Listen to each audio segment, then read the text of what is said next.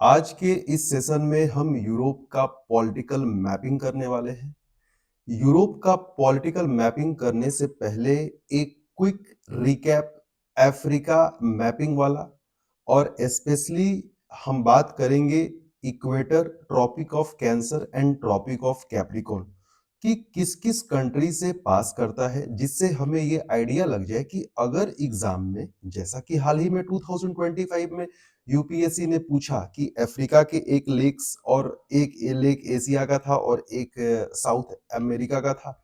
वहां के लेक्स देकर बोला कि किस इनमें से किन लेक से इक्वेटर पास करता है। तो आपको फिजिकल फीचर्स जो भी है, लेक्स है, माउंटेन्स है, रिवर्स है, ये तब पता चलेगा आसानी से जब आपको कंट्री पता है। तो आपको याद होना चाहिए कि कौन सा कंट्री इक्वेटर या कैंसर या कैप्रिकॉर्न से लगे हुए हैं। ठीक, तो पहले हम बात कर लेते हैं। This line is cancer, this line is equator and this line is Capricorn. ठीक है, अब हमने बिल्कुल सिंपली याद किया था, क्या क्या याद किया था, यहां पे लिया था एम ए, ये टी था तो टी को छोड़ देना है, एल और ई। तो ये चीज तो याद हो गया। मोरक्को और मोरक्को में जो वेस्टर्न सहारा वाला पार्ट है वो मोरक्को हमने याद किया था, लेकिन मोरक्को में जो वेस्टर्न सहारा वाला पार्ट है वो, तो ये मोरक्को वाला नहीं लेना है, वेस्टर्न सहारा वाला लेना है। फिर क्या लेना है, ये हो गया मौरुतानिया, ये है माली।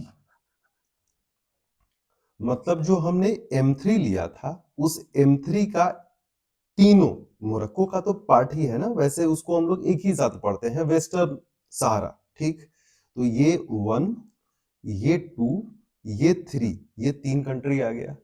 अब ये अल्जीरिया आएगा, फिर लीबिया आएगा और इजिप्ट आएगा। ये ट्रॉपिक ऑफ कैंसर पे स्थित ये सब कंट्री हैं, आपको याद होने चाहिए। मेरा तरीका यह है कि मैं इजिप्ट को बस याद कर लूं, तो इजिप्ट के सामने एक स्ट्रेट लाइन खींच देना है। मुझे पता है कि उसके सामने कौन कौन से कंट्री है और लगभग मैं एग्जाम में अंदाजा लगा लूंगा कि कौन से कंट्री और उसके कौन से फिजिकल फीचर अफ्रीका के इक्वेटर पे है, सॉरी ट्रॉपिक ऑफ कैंसर पे है या नहीं। ठीक, अब इक्वेटर के लिए जिस तरीके से मैंने ट्रॉपिक ऑफ कैंसर को याद करने के लिए एक कंट्री बताया इजिप्ट, उसी प्रकार से इक्वेटर को याद करने के लिए एक सिंपल सा कंट्री है जिसका नाम है कीनिया। ये है कीनिया। कीनिया आपको याद रखना है, कीनिया के बीचों बीच इक्वेटर पास करता है, हालांकि सोमालिया से भी पास कर रहा है। ठीक, ब्रू कॉफी आपने पिया था, तो ब्रू कॉफी पिया था तो उसमें यू फॉर युगांडा। ये बड़ा कॉन्गो है, DRC, democratic Republic of Congo. इसीलिए तो इक्वेटोरियल रेन फॉरेस्ट है, कॉमन सेंस लगाना है। डेमोक्रेटिक रिपब्लिक ऑफ कॉन्गो, चाहे वो बड़ा कॉन्गो हो चाहे वो छोटा कॉन्गो हो, ये आरओसी है, रिपब्लिक ऑफ कॉन्गो। चाहे बड़ा कॉन्गो हो या छोटा कॉन्गो हो, इक्वेटर तो पास करेगा ही करेगा, क्योंकि इक्वेटर के नजदीक ही तो इक्वेटोरियल रेन फॉरेस्ट यहाँ पे पाया जाता है। ठीक, और ऐसे भी याद नहीं होता है तो बड़ा कॉन्गो, छोटा कॉन्गो, इन सब ये जो बड़ा कॉन्गो है इसमें एक रिवर फ्लो कर रही थी जिसका नाम था कॉन्गो, 2 बार इक्वेटर को पास करता है। वैसे भी हमको याद आ गया, बड़ा कॉन्गो तो होगा, उसके इधर क्या है, केनिया है, सोमालिया है, युगांडा है। यहाँ पे एक कंट्री था, नाम था गैबॉन, नाम था गैबॉन। इसको भी याद कर लिए, इक्वेटर पे, इक्वेटर पे हो गया। ठीक, अब बात करते हैं कि अगर हमें कैप्रिकॉर्न याद करना है तो मेरे हिसाब से याद करने का सबसे अच्छा कंट्री है चीता कंट्री। अगर चीता कंट्री, मैंने बोला था आपको कि इन सब ये सब कंट्री है जिससे भारत में या तो चीता आ गया है या चीता आने का बातचीत हो रहा है। नामीबिया से चीता आ चुका है, साउथ अफ्रीका से चीता आ चुका है, और बोत्सवाना से चीता ऑलमोस्ट डील डन है और आने ही वाला है। तो ये चीता कंट्री है, नामीबिया, बोत्सवाना, साउथ अफ्रीका। ये चीता कंट्री अगर आपको याद होता है तो आपको याद हो जाएगा कि ट्रॉपिक ऑफ कैप्रिकॉर्न लाइन कहां से पास कर रहा है। बाकी एम स्क्वायर, चीता country plus M square, M for Mozambique और एम फॉर मेडागास्कर, हमारा काम हो जाता है।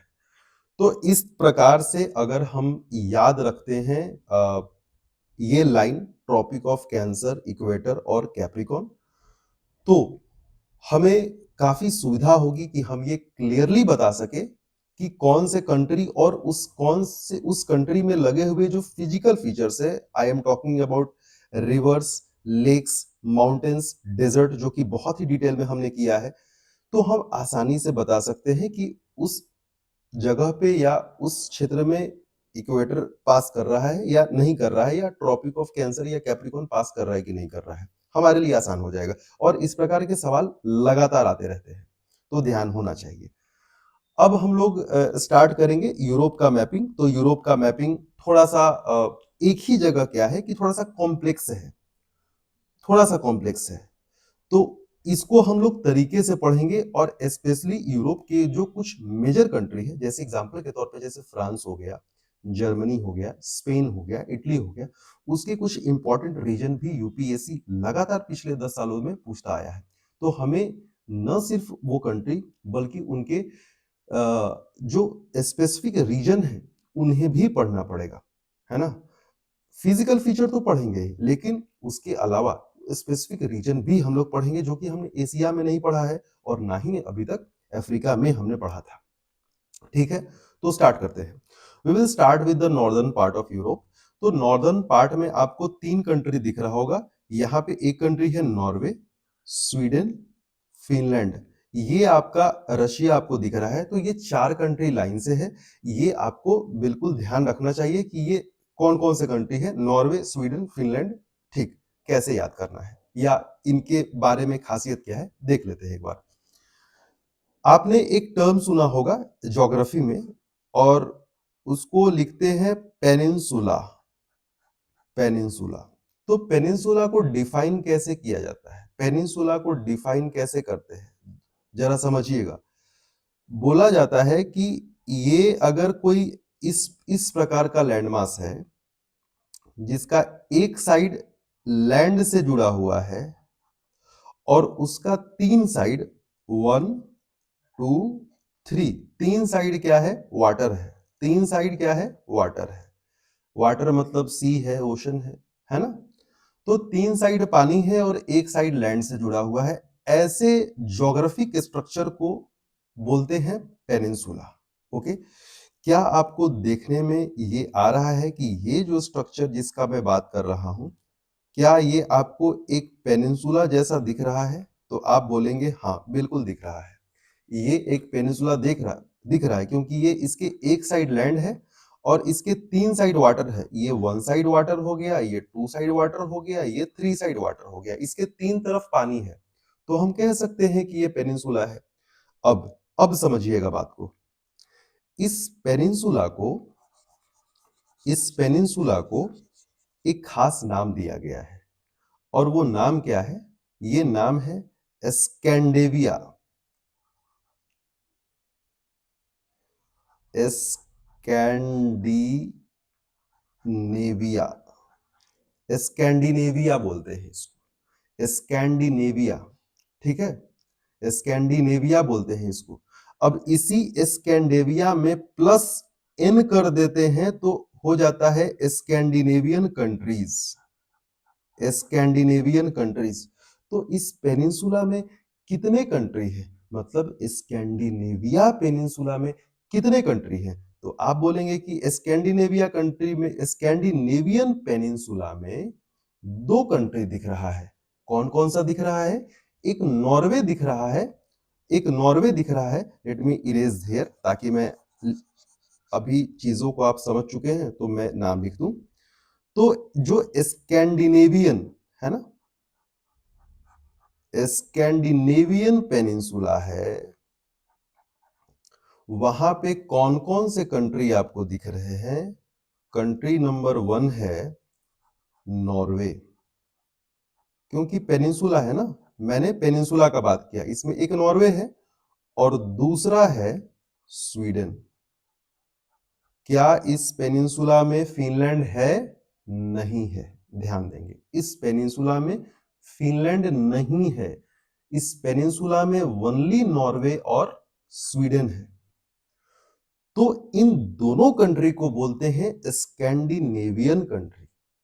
ओरिजिनली इन्हीं दो कंट्री को बोलते हैं स्कैंडिनेवियन कंट्री। लेकिन ध्यान से सुनिएगा, लेकिन क्योंकि इन दोनों कंट्री के नजदीक पास में एक छोटा सा कंट्री है जिसका नाम है डेनमार्क, यहां पे ऐड करेंगे डेनमार्क।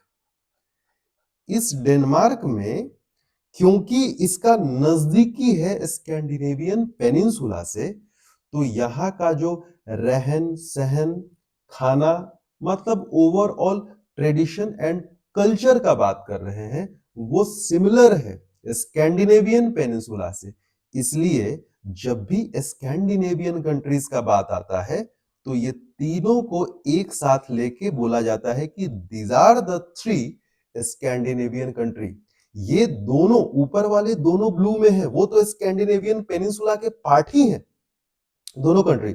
लेकिन डेनमार्क क्या है, बहुत क्लोज है, और क्लोज होने के चलते भौगोलिक जो स्थिति है उसकी, वो काफी नजदीक है स्कैंडिनेवियन पेनिनसुला के, उसकी वजह से वहां का कल्चर जो है सिमिलर है, और सिमिलर कल्चर होने के कारण डेनमार्क को भी स्कैंडिनेवियन कंट्री में इंक्लूड कर लिया जाता है।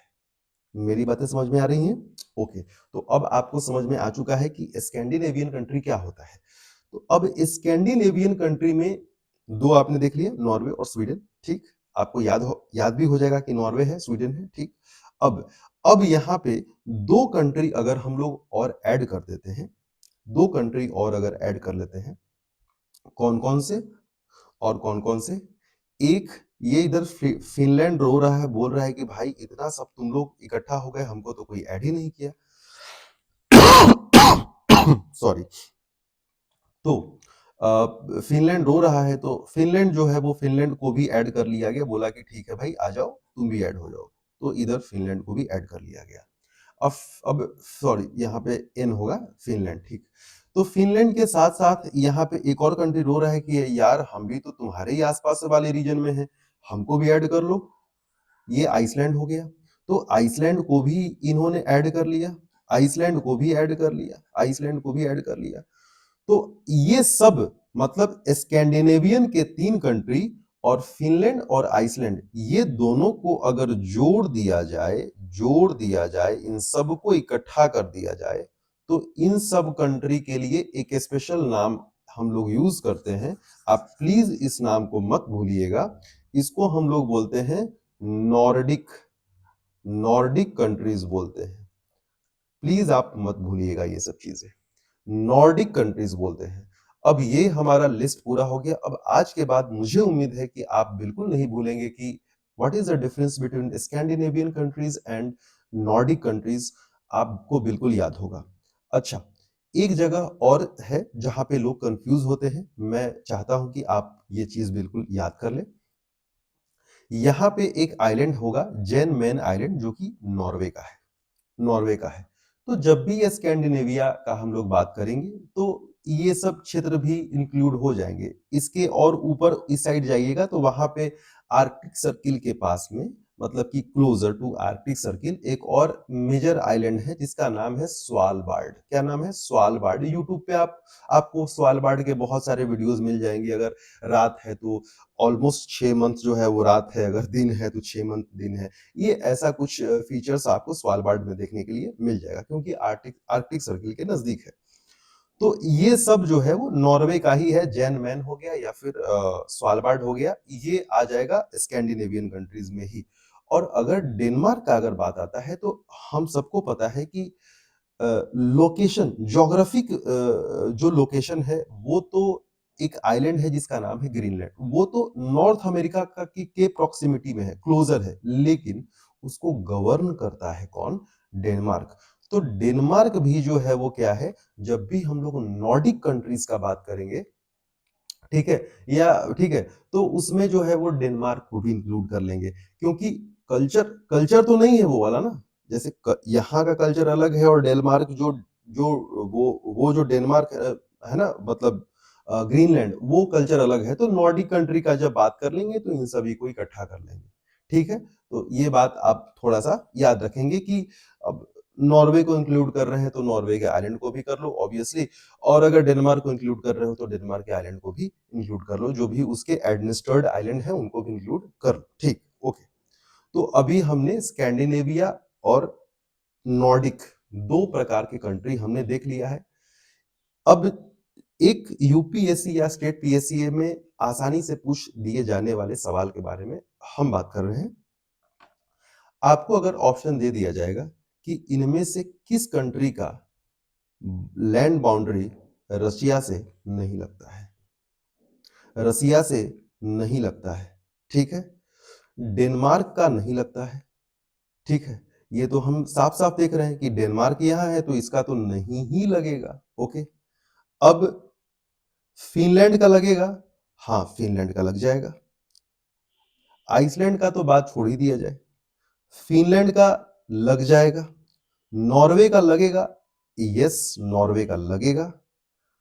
किसका नहीं लगेगा, इन तीनों का अगर बात करें तो फिनलैंड का लग जाएगा, नॉर्वे का लग जाएगा, लेकिन स्वीडन एक कंट्री है जिसका बाउंड्री रशिया से नहीं लगता है। ये बहुत मुश्किल हो जाएगा आपको याद करने के लिए। कैसे याद करना है मैं बताता हूं। देखिए, इन तीनों में जहां तक हम लोग बात करें, नॉर्वे, स्वीडन, फिनलैंड, तो इन तीनों में स्वीडन एस से स्टार्ट है और रशिया में कितना एस है, रसिया में दो दो एस है। क्या बात है, अब समझिएगा बात को, ऐसे याद हो जाएगा आपको।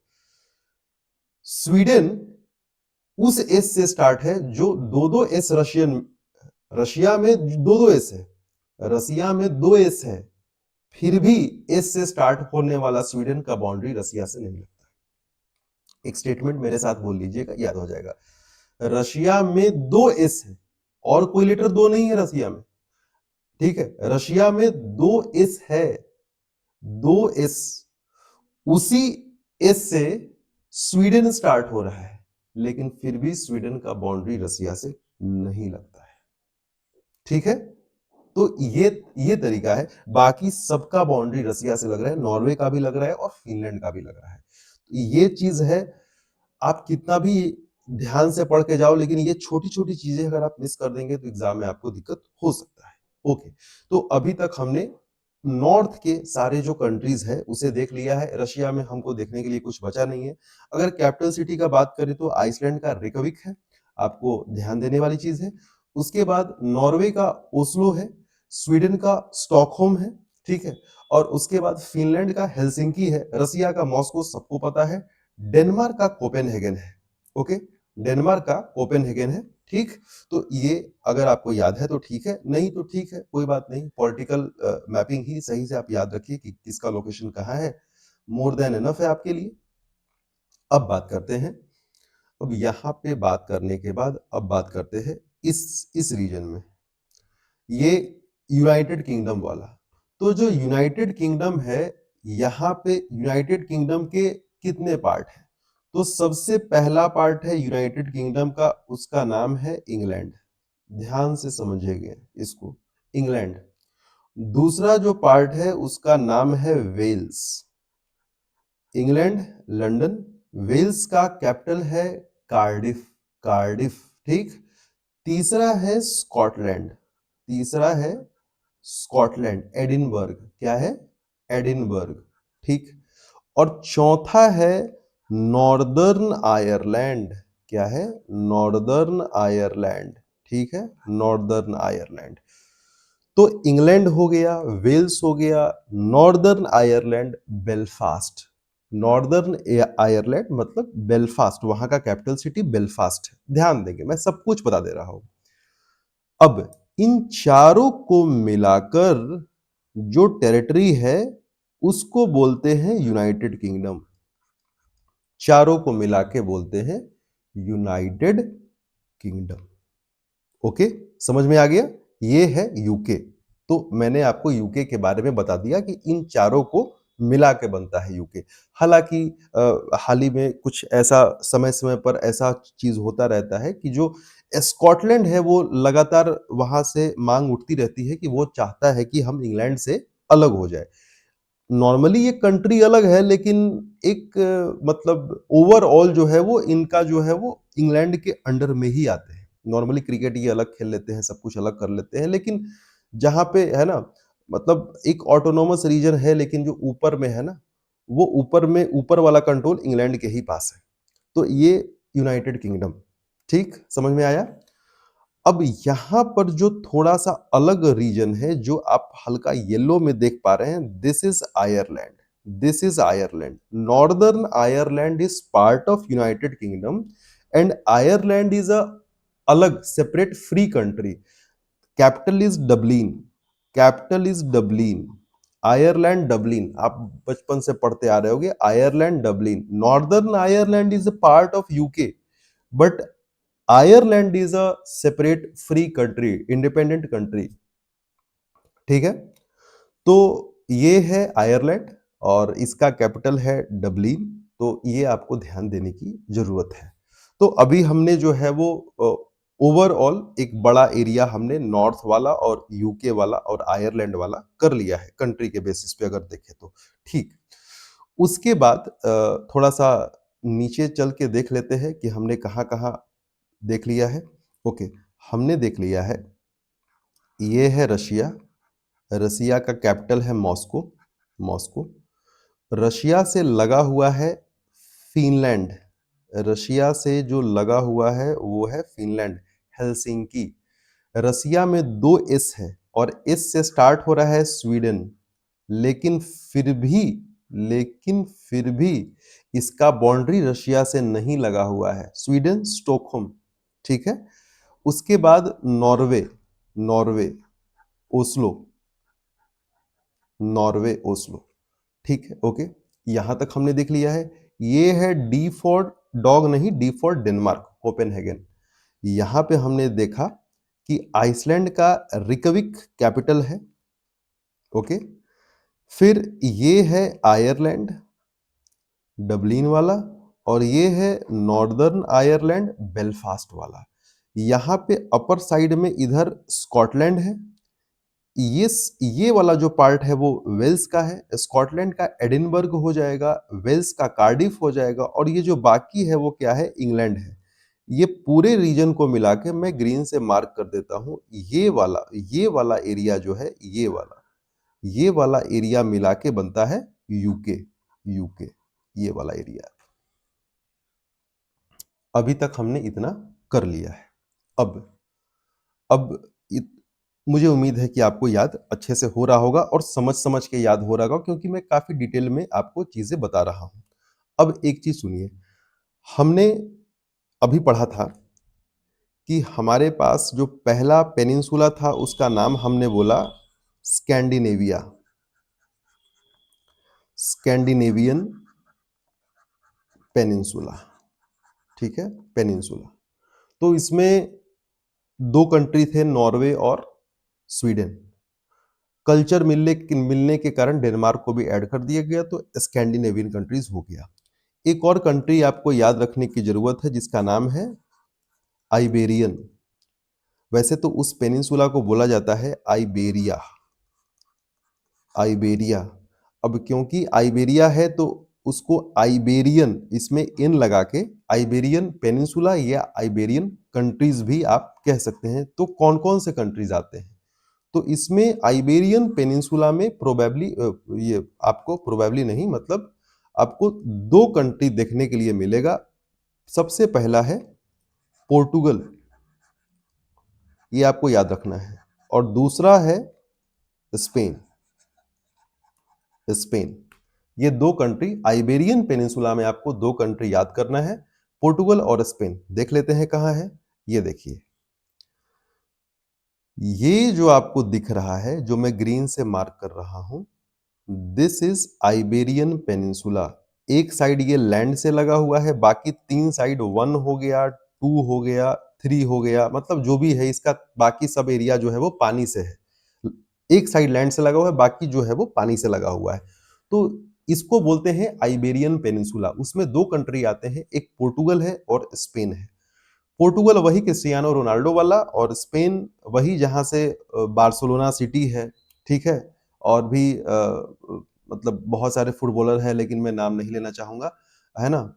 और बाकी जो है वो स्पेन फेमस है ना? अपने बहुत ही खूबसूरत बीचेस के लिए, अपने स्पेनिश लैंग्वेज के लिए, इंग्लिश के बाद सबसे ज़्यादा बोली जाने वाली जो लैंग्वेज है, वो स्पेनिश ही मानी जाती है क्योंकि पूरा का पूरा ऑलमोस्ट ब्राज़ील को छोड़ के पूरा का पूरा जो साउथ अमेरिका है, इंक्लूडिंग जो नॉर्थ अमेरिका में मेक्सिको है, वहाँ भी स्पेनिश ही बोला जाता है। ठीक है? तो अब बात करते हैं कि स्पेन का कैपिटल है मैड्रिड, वेरी फेमस। पोर्टुगल का कैपिटल है लिस्बन, ठीक है? यहां पर भी आप देख सकते हैं, ये पोर्टुगल है और ये स्पेन है। तो स्पेन और पोर्टुगल आइबेरियन पेनिनसुला के दो कंट्री है, ठीक? ओके। अब पोर्टुगल के बारे में ज्यादा डिटेल हमें नहीं पढ़ना है, लेकिन स्पेन के बारे में थोड़ा सा डिटेल हमें पढ़ना पड़ेगा। क्या डिटेल पढ़ना है? तो स्पेन के बारे में जब भी हम लोग पढ़ेंगे तो उसका एक आइलैंड ग्रुप है जिसका नाम है कैनरी आइलैंड, ठीक है? Canary island. तो ये आपको बिल्कुल याद रखना है कि कैनरी आइलैंड किसका है? स्पेन का है। बिल्कुल आपको याद रखना ही होगा, कैनरी आइलैंड किसका है? स्पेन का है। अब कुछ और चीजें, कुछ और डिटेल मैं आपको याद करवाना चाहूंगा। स्पेन का, ये देखिए स्पेन कंट्री है। स्पेन का कुछ मेजर आइलैंड्स है जो कि हमेशा मतलब चर्चा में होता है और बड़ा फेमस है। यूपीएससी ने पिछली बार मतलब 2025 में ही पूछा है, तो अपने आप में इंपॉर्टेंट है, ठीक? तो इस ग्रुप ऑफ आइलैंड को बोलते हैं बेलरिक आइलैंड, क्योंकि कहाँ है ये बेलरिक सी में स्थित है। बेलरिक सी में स्थित है, इसीलिए इस आइलैंड को बोलते हैं बेलरिक आइलैंड्स। बेलरिक आइलैंड्स के तीन मेजर आइलैंड्स हैं। छोटे छोटे तो आइलैंड हैं, लेकिन तीन मेजर आइलैंड हैं, जिसमें सबसे पहला है आइबीजा, बहुत फेमस है, कई मूवीज में आप इसका नाम सुन सुन पाएंगे। उसके बाद मेजोर्का। मेजोर्का जो है उसको कई जगह पे मेलोर्का भी बोला जाता है। Majorca are also is also known as Mallorca. Majorca और मेलोर्का दोनों सेम ही है। उसके बाद एक है माइनोरका। देखो, मेजोर्का मतलब मेजर मतलब बड़ा, माइनोरका मतलब माइनर मतलब छोटा। ये साइज के हिसाब से भी आप देख के याद कर सकते हैं और नाम से भी आप समझ सकते हैं कि मेजोर्का, माइनोरका। ये जो आइलैंड है, ये शिप बिल्डिंग, याच मेकिंग और वेल्डिंग वेल्डिंग इंडस्ट्रीज के लिए बहुत फेमस है, बहुत यूजफुल है। क्योंकि स्पेनिश लोग तो शुरुआत से ही शिप मेकिंग के लिए फेमस थे। शिप मेकिंग में इन्वॉल्व होना, पूरे दुनिया में ट्रैवल करना, अलग अलग लैंड मासेस को खोजना, ये सब तो इनका पहले से ही आदत है स्पेनिश लोगों का, ठीक? तो ये तीनों आइलैंड आपको याद होना चाहिए, ठीक है? ओके। तो ये स्पेन का बात हमने यहां तक किया और उम्मीद है कि ये स्पेन वाला चीज आपको याद हो गया होगा। अब बात करते हैं कि कहां तक हमने मैप में किया। अब हमने मैप में किया, यहां पे है P for Portugal, Portugal Lisbon, and this is Spain, capital is Madrid. ये है बेलरिक आइलैंड, ये आइबीजा हो गया, मेजोर्का हो गया और ये माइनोरका हो गया, एम आई फॉर माइनोरका हो गया। ओके। तो यहां तक हमने देखा है। आप बिल्कुल नहीं भूलना है कि स्पेन से ही लगे हुए है this channel, this narrow water body is called straight of Gibraltar, जो कि डिफरेंशिएट करता है यूरोप और अफ्रीका कॉन्टिनेंट को, ठीक? ओके। अब हमने इतना तो कर लिया। अब हम चलेंगे कहां पे? अब हमें थोड़ा सा अंदर अब घुसने की जरूरत है। तो अंदर घुसेंगे, लेकिन थोड़ा सा तरीके से घुसेंगे। कैसे कैसे तरीके से घुसेंगे, देख लेते हैं। हम एक कंट्री को याद करेंगे और उसके अगल बगल वाले सारे कंट्रीज हमें याद हो जाएंगे। इस प्रकार से याद करेंगे कि अगल बगल के सारे कंट्रीज हमें याद हो जाएंगे। ऐसे याद करेंगे। तो क्या क्या इसका फॉर्मूला है? इसका फॉर्मूला ये है, डेनमार्क के नीचे जो कंट्री है उसका नाम है जर्मनी। इसका नाम है जर्मनी। सबके बारे में, जर्मनी के बारे में डिटेल में पढ़ेंगे, लेकिन पहले देख लेते हैं कि क्षेत्र क्या है, एरिया क्या है। जर्मनी के बगल में, जर्मनी के ही लगभग क्षेत्रफल वाला जो कंट्री है उसका नाम है पोलैंड। उसका नाम है पोलैंड। अब जर्मनी के बगल में जो कंट्री लगा हुआ है ये है check Republic. Check Republic, CR. यहां पर जो लेग पीस जैसा दिख रहा है वो ये है। सॉरी मैंने ये चीज बोला, लेकिन आप शेप देखिए। ये सब मैं चीजें इसलिए बोलता हूं ताकि आपको आसानी से याद रखे। जर्मनी के लेग की तरफ जो लेग पीस जैसा दिख रहा है वो है ऑस्ट्रिया। ऑस्ट्रेलिया नहीं, ऑस्ट्रिया। ऑस्ट्रिया है। और ये है सबका फेवरेट, स्विट्जरलैंड। स्विट्जरलैंड ये है जर्मनी के नीचे, है ना। एक ऑस्ट्रिया और एक स्विट्जरलैंड। और यहाँ पे जर्मनी का, है ना, जर्मनी का फ्रेंड तो नहीं है लेकिन फिर भी इसका नाम है फ्रांस। फ्रांस, ठीक। अब यहाँ पे एक छोटा सा कंट्री है, उसका नाम है, क्या नाम है, लग्जमबर्ग। लग्जमबर्ग नाम है, जर्मनी से लगे हुए है। ये जो कंट्री है ये है बेल्जियम, बी फॉर बेल्जियम। और यहां पर जो कंट्री है ये है द नेदरलैंड्स। क्या है, नेदरलैंड्स। NE मैं लिख देता हूं, नेदरलैंड्स। अब ठीक है। अब देखिए, अब करना क्या है कि मैं चाहता हूं कि आप कैसे याद करें इसको। आप कैसे याद करें, तो इसको याद करने का बड़ा सिंपल सा तरीका है जो कि मैं मानता हूं कि अगर ऐसे हम लोग तरीके से पढ़ सकते थे, ये फ्रांस है, ये है, वो है, ऐसे नहीं। एक कंट्री याद करिए और सब याद हो जाना चाहिए। यहां पे देख लेते हैं याद करने का तरीका। जर्मनी को याद करने का तरीका इधर देख लेते हैं।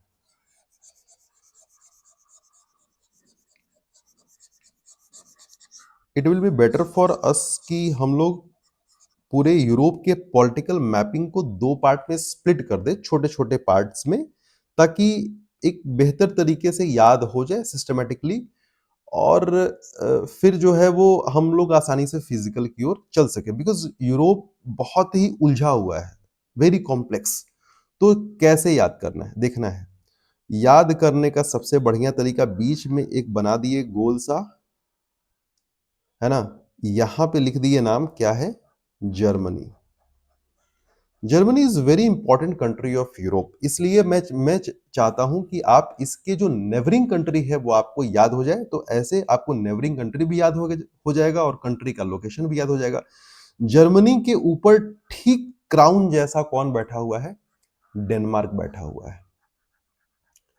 जर्मनी के ऊपर ठीक एकदम जैसे बाकी भारत, जो भारत का जो है, आप जब मैप देखिएगा तो ठीक ऊपर कश्मीर बैठा हुआ है एकदम ताज के जैसा, उसका जो हेड पार्ट है एकदम कश्मीर, है ना। वैसे ही जो डेनमार्क है वो जर्मनी के ठीक ऊपर ताज जैसा बैठा हुआ है, आप देख सकते हैं। ये ग्रीन वाला जर्मनी है और ये ग्रीन वाले जर्मनी के ऊपर ये देखिए, ये है रीजन है, ये है डेनमार्क। बाकी ये जो है भी है, ये सब भी है, लेकिन ये देखिए, ये ऊपर जैसे सर का ताज होता है वैसे ताज की तरफ बैठा हुआ है डेनमार्क। तो जर्मनी के ऊपर डेनमार्क हो गया। फिर मैंने बोला कि जर्मनी से लगे हुए एकदम सिमिलर क्षेत्रफल वाला ही एक कंट्री है, उसका नाम है पोलैंड। उसका नाम है पोलैंड। फिर जर्मनी से लगे हुए कंट्री है जिसका नाम है चेक रिपब्लिक, चेक गणराज्य। प्राग शहर कैपिटल है। पोलैंड का वॉर्सो है। उसने वॉर देखा था, first world war, second world war, जिसने बहुत नजदीक से, क्योंकि फर्स्ट वर्ल्ड वार हो, सेकेंड वर्ल्ड वार हो, तो हो कहाँ रहा है, जर्मनी इन्वॉल्व है तो हो रहा है उस इसी रीजन में हो रहा है, क्योंकि फर्स्ट वर्ल्ड वॉर में भी एक्टिव रूप से जर्मनी था, सेकेंड वर्ल्ड वॉर में भी एक्टिव रूप से जर्मनी था। तो जर्मनी में हो रहा है तो जर्मनी थोड़ी ना देखेगा, जर्मनी का जो मेजर बगल वाला कंट्री है वो देखेगा। तो इसलिए उसने अपने कैपिटल का नाम रख दिया वॉर्सो, क्योंकि वो खड़े होकर वॉर देख रहा था। मैं बस बता रहा हूं, इसको सीरियसली कहीं एग्जाम में लिख के मत आ जाइएगा, याद करने का ट्रिक बता रहा हूं कि पोलैंड खड़ा होकर वॉर देख रहा था, इसीलिए अपने कैपिटल का नाम रख दिया वॉर्सो, है ना। बहुत बढ़िया, ठीक। तो पोलैंड है, चेक रिपब्लिक है। अब चेक रिपब्लिक देखने के बाद उसके बाद आपने क्या देखा कि यहाँ पे क्या है, कौन सा कंट्री है, यहाँ पे ऑस्ट्रिया है। ऑस्ट्रिया है, ऑस्ट्रिया है। इसी के बारे में मैंने बोला था कि लेग पीस जैसा आपको दिख रहा है, ये देखिए यहाँ पे मैंने एक नंबर डेनमार्क आपको बोल दिया, दो नंबर पोलैंड बोल दिया, तीन नंबर चेक तीन नंबर चेक रिपब्लिक बोल दिया ये, और चार नंबर ऑस्ट्रिया बोल दिया। अभी तक क्लियर है, सब कुछ एकदम तरीके से है। जर्मनी को कैसे याद करेंगे आप देख सकते हैं। जर्मनी का जो अगला जो लेग है, 2 लेग है ना? एक सिर यहाँ पे है, ये हाथ है, जो भी आप समझिए। तो यहाँ पे स्विट्ज़रलैंड है, ठीक है ना? ये स्विट्ज़रलैंड है, ठीक? ये स्विट्ज़रलैंड है। अब अब जर्मनी से जो लगे हुए कंट्री है, वो जिस प्रकार इस तरफ बड़ा सा एक क्षेत्रफल वाला कंट्री था पोलैंड, उसी प्रकार इस तरफ क्षेत्रफल वाला कंट्री है फ्रांस। फ्रांस एक बहुत ही छोटा सा कंट्री है that is Luxembourg. Luxembourg, France Paris, Switzerland Bern, Austria Vienna, चेक रिपब्लिक प्राग, पोलैंड वॉर्सो। बस सिंपल। उसके बाद कौन लगा हुआ है? उसके बाद लगा हुआ है बेल्जियम। बेल्जियम लगे हुए हैं, ब्रसल्स वाला बेल्जियम, ब्रसल्स कैपिटल है। और सबसे इस साइड में नॉर्थ वेस्ट में लगा हुआ है कौन? The Netherlands. द नीदरलैंड्स, ठीक है? मैंने एनई लिख के छोड़ दिया है। तो कितना कंट्री हो गया? आप यहां से गिन सकते हैं।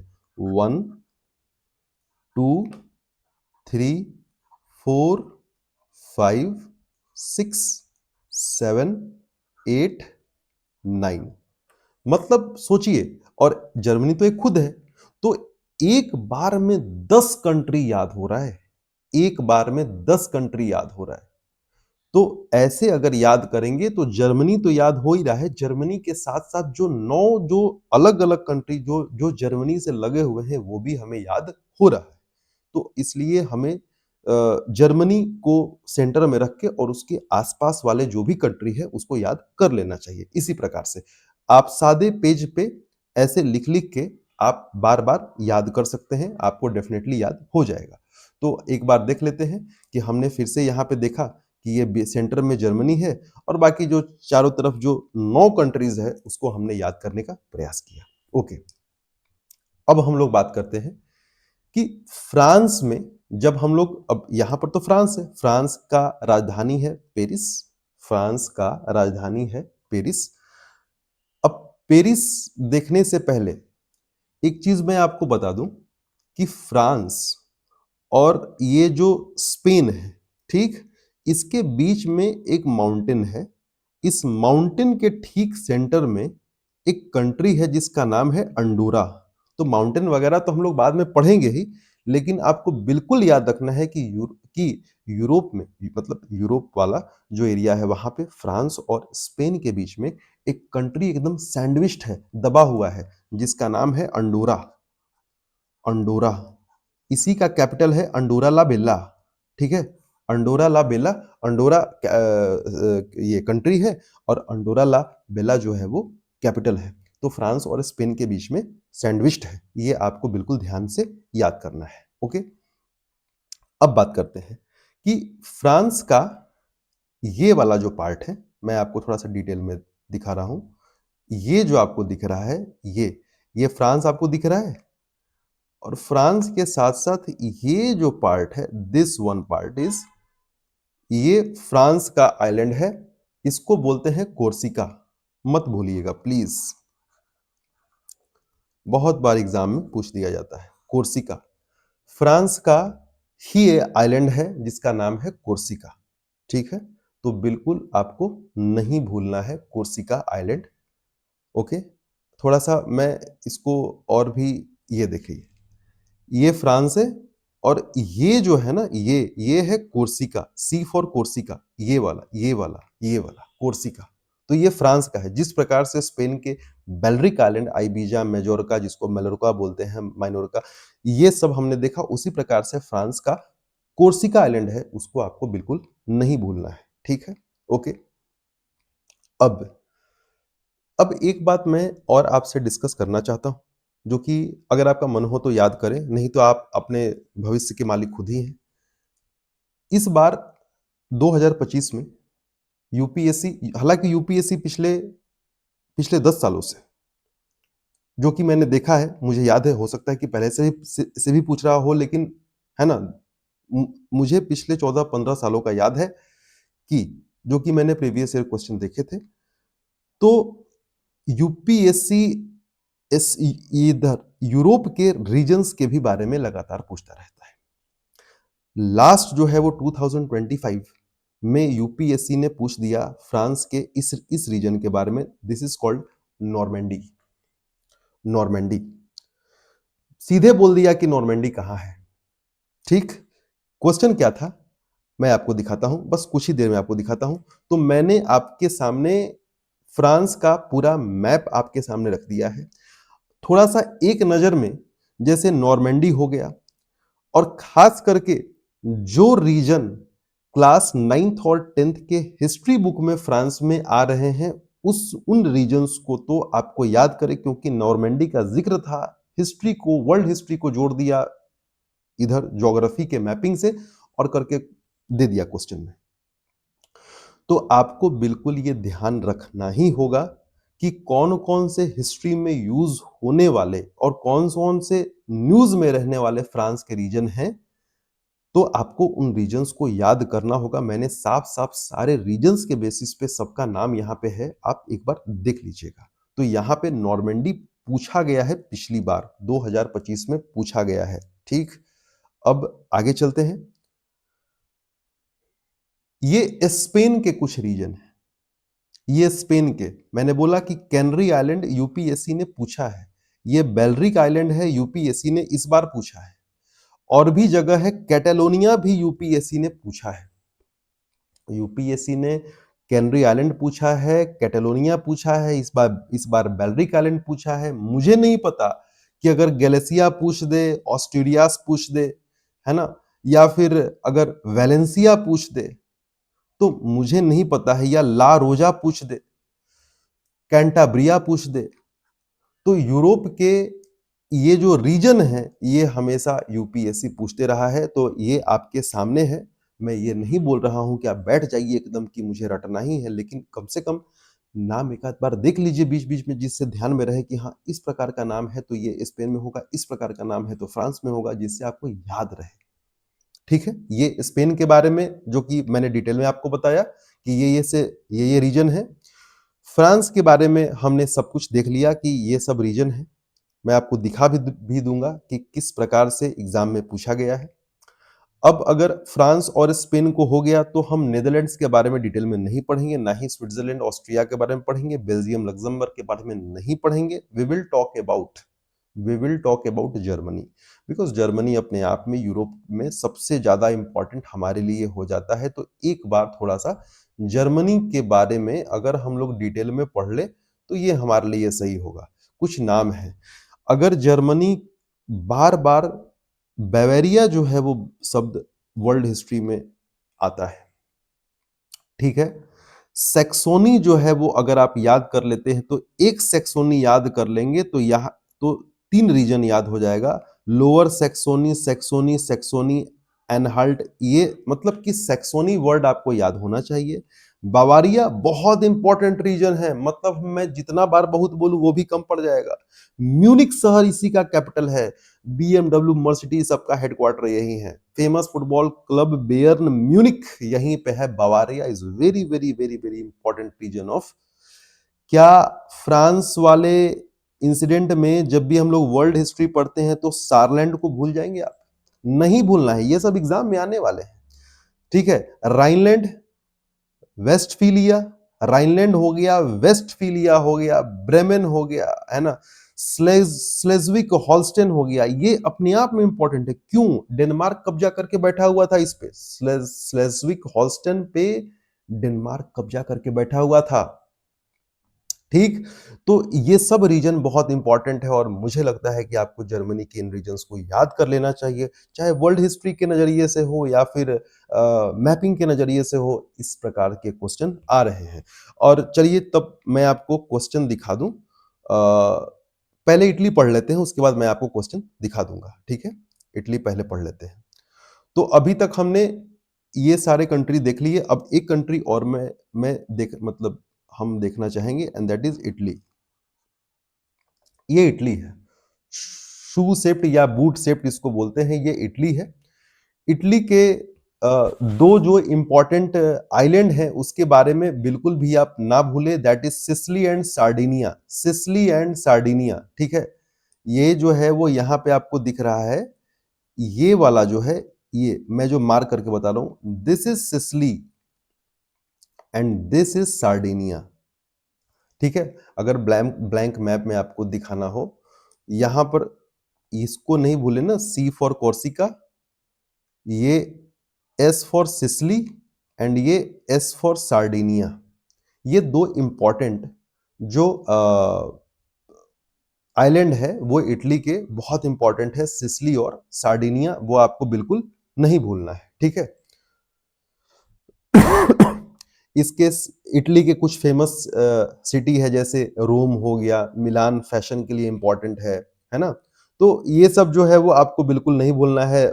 नेपल्स सिटी भी बड़ा फेमस है, वेनिस सिटी भी बड़ा फेमस है। तो ये सब आपको ध्यान देना होगा, ठीक है। रिवर वगैरह के बारे में तो हम लोग जब फिजिकल करेंगे तभी पढ़ लेंगे। तो यहाँ पे इटली है, ये आप फिर से देख लीजिए, ये सिसिली है और ये सार्डिनिया है। ऊपर तो फ्रांस वाला कोर्सिका है, तो ये आपको याद रखना है। ये भी यूपीएससी ने पहले से पूछा हुआ है। तो एक बार क्या करते हैं कि एक बार उस क्वेश्चन को देख लेते हैं जो कि यूपीएससी ने इस बार पूछा था। ये देख लीजिए क्या पूछता है। Consider the following, 2025, Mallorca Italy का पार्ट है। गलत। हमने अभी पढ़ा कि मलोरका किसका है, स्पेन के बेलरिक आइलैंड का पार्ट है, जिसको मेजोर्का बोलते हैं। नॉर्मैंडी वर्ल्ड हिस्ट्री में फ्रांस का ये नॉर्दर्न टेरिटरी था, जो अभी मैंने आपको दिखाया। ये स्पेन का बिल्कुल नहीं है, ये किसका है, अभी हमने पढ़ा ये फ्रांस का है। सार्डिनिया आइलैंड है, किसका है, किसका है, आइलैंड है, किसका है, ये आइलैंड है इटली का। तो तीनों का तीनों क्या है, गलत है। और हमारा जो आंसर होगा, इंफॉर्मेशन करेक्टली मैच्ड, कौन कौन सा इंफॉर्मेशन करेक्टली मैच्ड है, तो तीनों का तीनों गलत है। इसलिए हमारा जो आंसर होगा वो है डी, डी नन। हमारा आंसर है नन, ये नन होगा। 2025 का क्वेश्चन है, तो आपको इतना डिटेल में पढ़ना पड़ेगा, तभी क्वेश्चंस कन्वर्ट होंगे। अगर आप नहीं पढ़ेंगे तो क्वेश्चंस कन्वर्ट नहीं होंगे, ठीक है। उसके बाद फिर ये भी क्वेश्चन है, तो बाकी यूरोप का जो बाकी पार्ट हम लोग जब करेंगे तो फिर इस क्वेश्चन पे हम लोग आएंगे, ठीक है। अभी पढ़ने के लिए बहुत कुछ है। तो आज हमने यूरोप का मेजर पोर्शन किया है, देख लीजिए। आज हमने यूरोप का ये वाला पार्ट किया है, ये वाला पार्ट हमने किया है, ये वाला, ये वाला, ये वाला पार्ट किया है। ये हमने क्या किया, मैंने जानबूझ के जो वेस्टर्न यूरोप है वो कर लिया है। क्या कर लिया है, हमने आज वेस्टर्न यूरोप कर लिया है, वेस्टर्न यूरोप। अब हमारे पास बचा हुआ है ईस्टर्न यूरोप। तो हम लोग जब अगले लेक्चर में मिलेंगे तो हम लोग ईस्टर्न यूरोप को फिर नए ट्रिक्स एंड टेक्निक्स के साथ एक झटके में याद करेंगे। क्योंकि मुझे पता है कि अगर खाना पूर्ति और फॉर्मेलिटी के लिए अगर मैं आज ही के लेक्चर में सबको इकट्ठा कर दूं तो सब कुछ इकट्ठा हो जाएगा और आपको याद नहीं हो पाएगा। फिर आप भूल जाएंगे कि what is difference between Nordic country and Scandinavian country. UK में कौन कौन से कंट्री आ रहे हैं, आप भूल जाइएगा कि नॉर्मैंडी फ्रांस में था, आप भूल जाइएगा कि सैक्सोनी सारलैंड, ये है ना, जर्मनी में याद करना है ना, वेस्टफीलिया जर्मनी में याद करना है, राइनलैंड जर्मनी में याद करना है, स्लेज्विक हॉल्स्टीन जर्मनी में याद करना है। आप भूल जाइएगा कि Sicily and Sardinia are the part of Italy. आप भूल जाइएगा Corsica is the island in France. आप भूल जाइएगा Ibiza, Majorca, Mallorca are the Balearic island inside Spain. तो ये सब चीजें हैं, आप थोड़ा सा इसको रिवाइज करें। आधा यूरोप पॉलिटिकल मैंने करवाया है। अब आधा जो ईस्टर्न यूरोप है, जो कि रशिया से लगे हुए है और रशिया के तरफ नजदीक है, उसको हम लोग काफी डिटेल में और उसके कुछ फीचर्स को देखते हुए और इसको रिवाइज करते हुए और फिर उसको ध्यान से ट्रिक्स एंड टेक्निक्स के साथ मैपिंग करेंगे तो याद हो जाएगा। एटलीस्ट 2 दिन तो लगेगा यूरोप पॉलिटिकल याद करने में। Thank you for today session. आप लोग देखिए और अच्छे से याद कीजिए। Okay, bye.